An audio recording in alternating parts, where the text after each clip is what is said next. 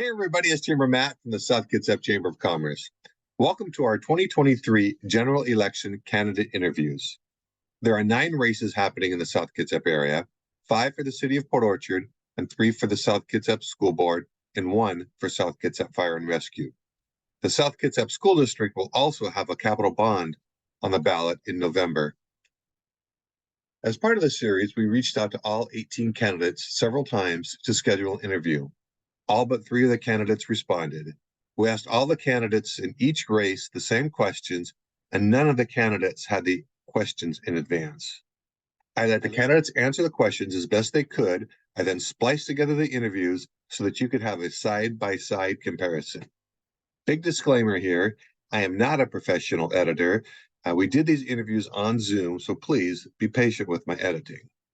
The Chamber will also be hosting an information forum for the school bond on October 11th at 5:30 p.m. upstairs at Whiskey Gulch, and a candidate meet and greet on October 26th, also at 5:30 at Whiskey Gulch. Come on out, meet the candidates, and hear about the school bond.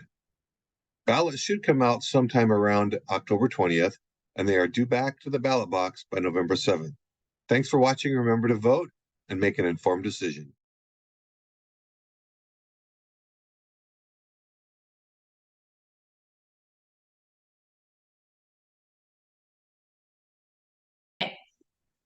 Hey everybody, it's Chamber Matt, and I am joined today with Kate Espy, who is she's a current South Kitsap School District Board member. She's running for District number 1, and not that that matters a whole heck of a lot because everybody in South Kitsap votes for everything. So just because she's District 1 and lives in out wherever she lives, that doesn't mean only those folks get to vote for her. So everybody is voting in the school board elections coming up this year. Kate, welcome. Thanks for joining me today. Thank you for having me. So the format we're going to do here, Kate, is going to be simple. I'll ask a question, you answer the question, and then we cut over to the other candidate running for the same position. And then we'll just kind of bounce back and forth on those 2 things. So okay, if you're ready to roll, then I'm going to ask you the toughest question first.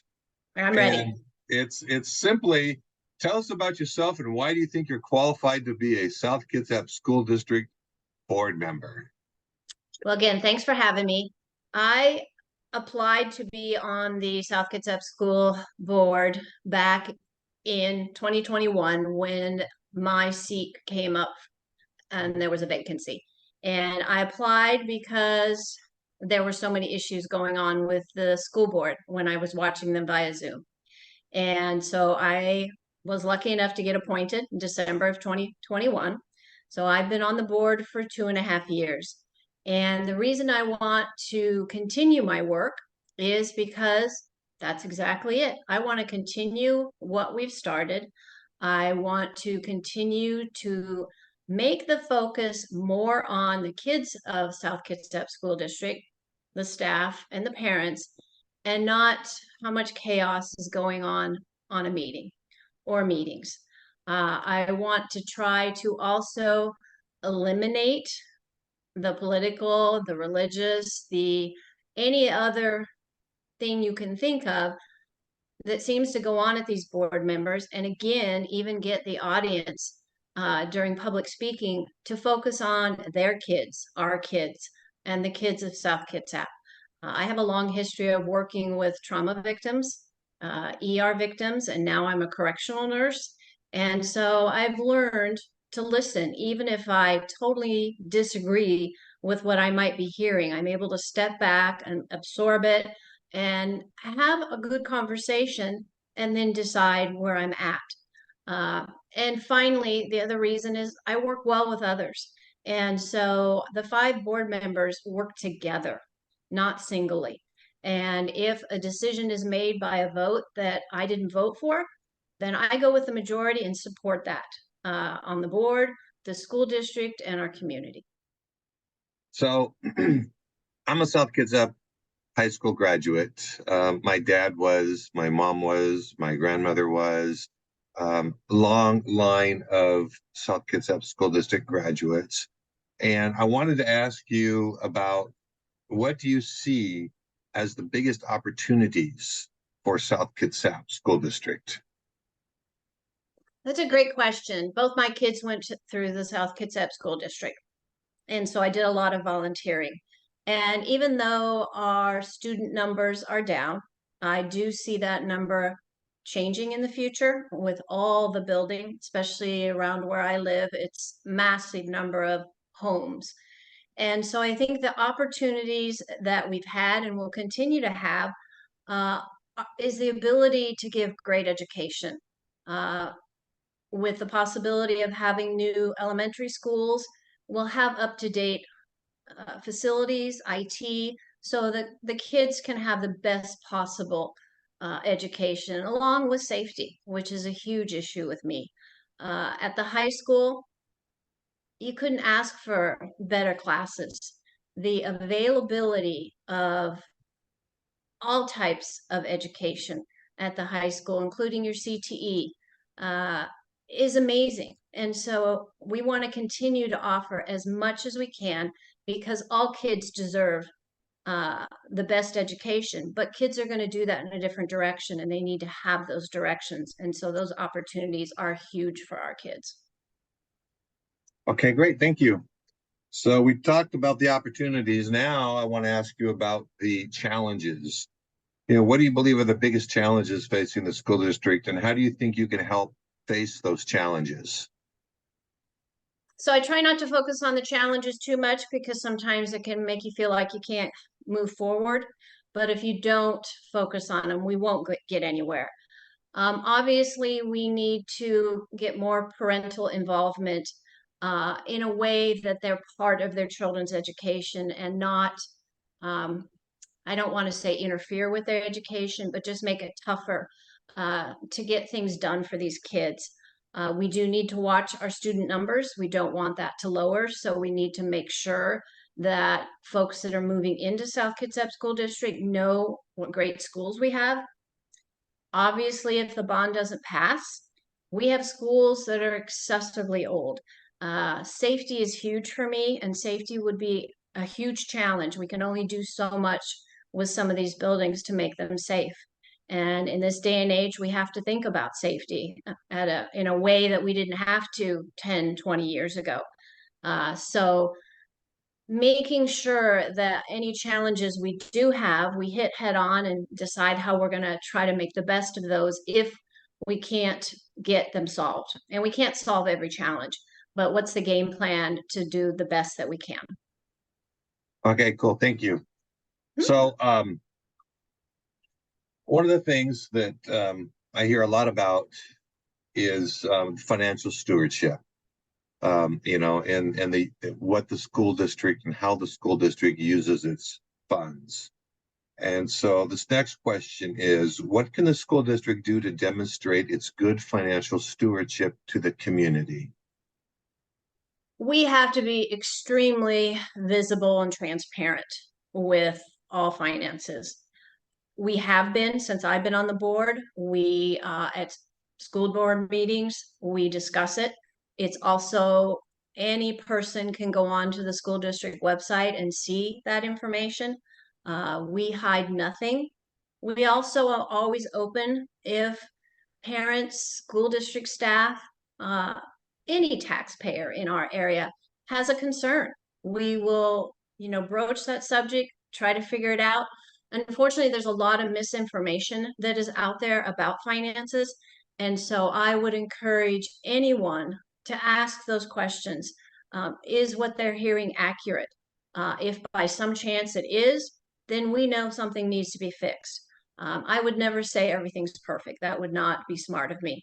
But I do know a lot of the misinformation I'm hearing is not correct misinformation, and we can show why it's misinformation. I just want people to research a little bit past headlines, or if someone is not a fan of the school district, what that person has to say. If you truly want to be educated about it, follow through with us, go on the website, get the information so you have accurate information. So are you telling me, Kate, that not everything I read on Facebook is true? Oh, where do I start with that? No, no, that's a rhetorical question. That's a rhetorical I question. hope Yeah. so. I hope so. Yeah, no, there's a lot of misinformation, and I encourage anybody who has any questions on any of that to go to the source. Don't rely upon the rumor mongering that goes on Facebook. So, Or um, Facebook or letters to the editor. Um, please follow through and get accurate information. And we can show you the black and white of it. So it's not just coming from us. right, right, okay. So, a sensitive subject. This is probably the most sensitive subject, the hardest question. If the community does not support the upcoming school bond, what actions should the school district or the school board take to address the continuing decline in district facilities? And that is a tough question, but it's also a realistic question that we have talked about. You can't expect this bond to pass without thinking of possible negative. So we need to do our darndest to make these schools safe. We've done a lot of work on Cedar, for an example, but every school that doesn't have as much safety as possible, we have to do that. We have to make sure conditions are up. We're going to have to decide, what's most important. Do we cut somewhere else to ensure that, all the roofs are safe? Do we cut somewhere else to make sure every place, has a good boiler or air conditioning? So those are going to be tough questions that we're working on, and because we don't want to wait until after the election and it doesn't pass, and then we're like, oh. So I don't have all those answers now, but we are working on that. All right, great. So this is time that flies when you have fun, Kate, because we are here at the end of our time. And I thank you for taking the time to visit with us. And so this is the opportunity for you to toot your own horn, so to speak, and tell us why you are the best choice for the South Kitsap School District Board. Well, again, thanks for having me. I think I'm the best choice because I've lived here for 40 years in South Kitsap. Both my kids went through the school district, both graduated from South Kitsap High School. I volunteered in all levels of their schooling, sometimes to them not being thrilled seeing me there all the time. But you got to be there even if your kids don't want you. Um, I feel that my 2.5 years of being on the board already has given me experience. It is a learning that I feel, coming in new would take a while for someone else to learn. I have that experience. I'm also the ledge rep for our school board. I did a lot of that legislative work in healthcare, so it felt very comfortable to switch over to education, and that is a passion of mine. And so you've got that on top, trying to get these bills, trying to get the state, to really follow through on paying for our public education as the Constitution says. And so my experience, my years of working with trauma patients, and talking to people that are upset. I also have a fabulous poker face. Many years of testifying, and again, working with trauma victims, you learn to, not show much expression because you don't want anybody to read something that may or may not be there. And so I'm really good at that, especially at board meetings.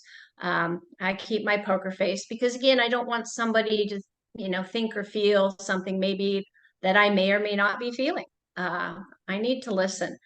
Uh, and my focus is on kids. I mean, I'm part of Girls on the Run. I am part of Seroptimus Support Orchard, and we do a lot of things for kids. And I'm also the regional chair for 5 states for the Live Your Dream Award, which is for women who are head of the household, but 99.9% of them have children. And so my focus is to always be helping kids because they're our future. And if we don't support our kids, I don't understand not supporting our kids. And my kids are grown, and I still will support because I want the future kids to have all the opportunities they should have. So that's why I feel I'm the best candidate. Been there, done that, feel like I can continue on. And I'm also always willing to continue to learn. Uh, just because I've done it for 2.5 years doesn't mean I know it all. And I need to continue to learn and listen to parents and school district staff and anyone in our community because they also pay the taxes. So that's why I feel I'm the best to go forward with the school board.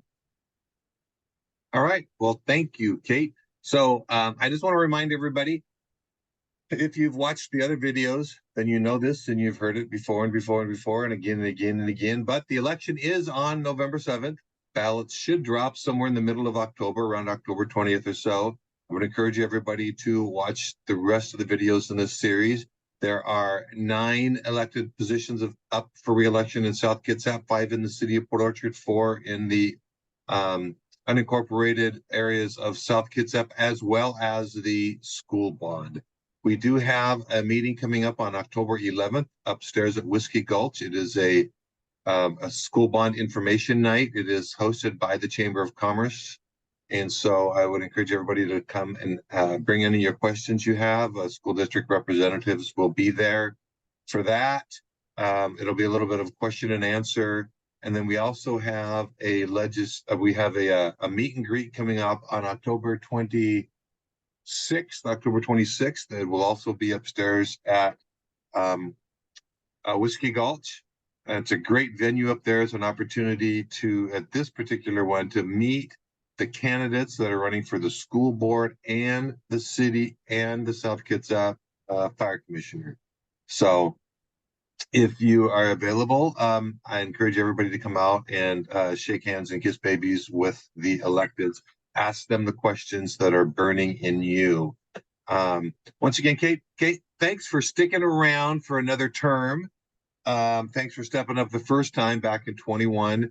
I know it's a huge commitment to be involved in local politics and to step up and support your community.